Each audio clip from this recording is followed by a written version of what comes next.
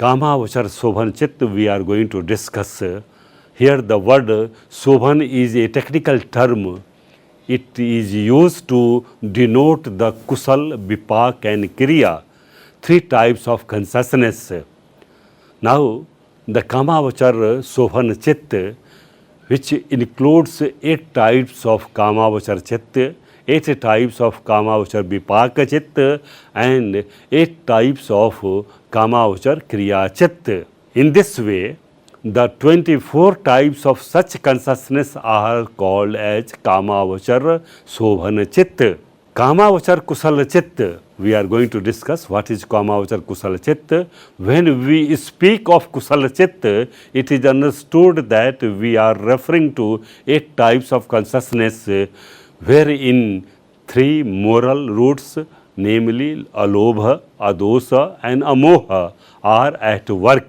Alobha, that means sacrifice. Adosa means friendliness. Amoha means right understanding.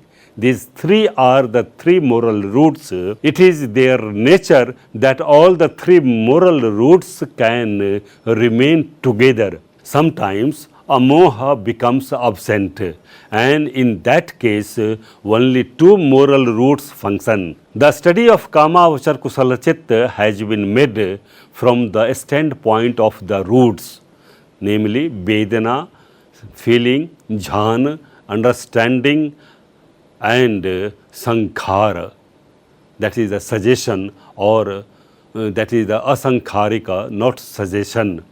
Suppose there is a man devoted to the course of Buddhist faith. He has devotion in his triple gems, namely Buddha, Dhamma and Sangha.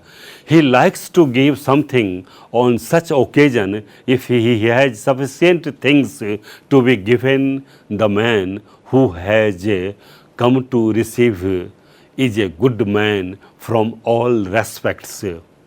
He also knows that giving is a good thing.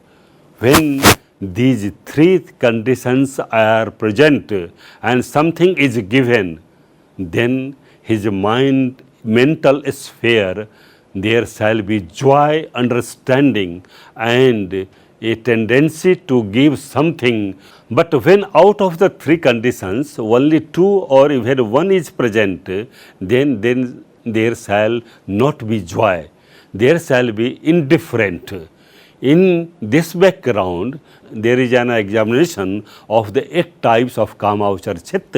The 4 types of Kusala Chit have Somanas, that is the joy, and they therefore are called as Somanas Sahagatam. There are 4 types of consciousness which have got indifferent or Upekha, and therefore they are called as Upekha Sahagatam. This is the study from the standpoint of feeling. Again, the 4 types of consciousness arise without suggestion of others, and therefore they are called as asankharika. There are 4 types which arise on the suggestion of others, and therefore they are called as sasankharika. This is the standpoint of sankharika.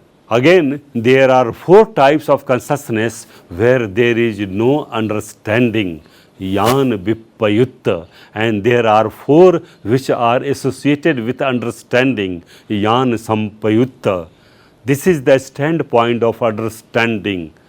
In this way, 8 types of Kamavachar Kusala Chit can be studied from the standpoint of Vedana, Sanya, Sankhara. Similarly, the Kamavachar Vipak Chit and Kriya Chit should also be studied.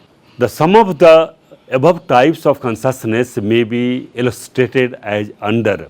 The first type of Kamavachar Kusala Chit is called as Somanas Sahagatam, Yan Sampayuttam or Sankharikam.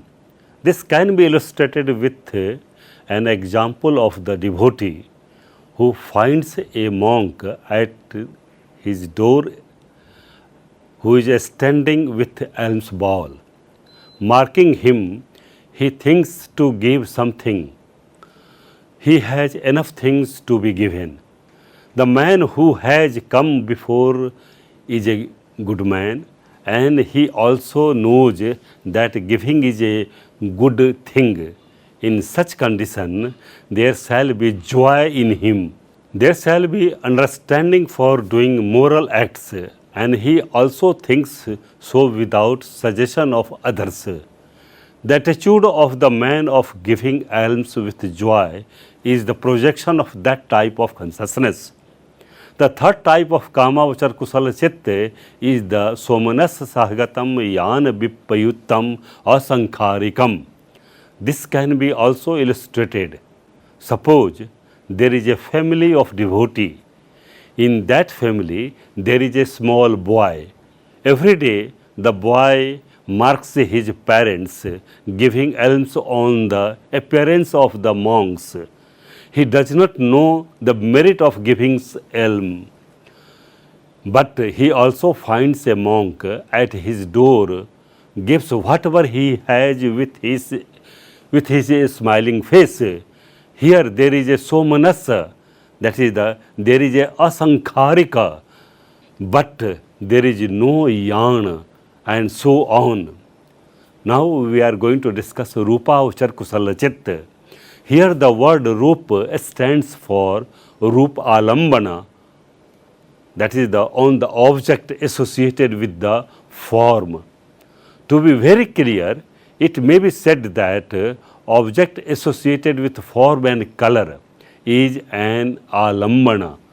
It may be red, white, blue, etc. Or it may be round, rectangular, triangle, square, etc. In this way, any object possessing form and color is arup alambana. The consciousness getting concentration on such the object is called as rupa vachar chitta. It is said that a man is pure because of the purities of the consciousness. He is impure because of impurities of the consciousness. Therefore, getting a state of purity, there is the necessity of training of the consciousness. When a consciousness is trained not to wander here and there and get concentration on it, it gradually becomes pure.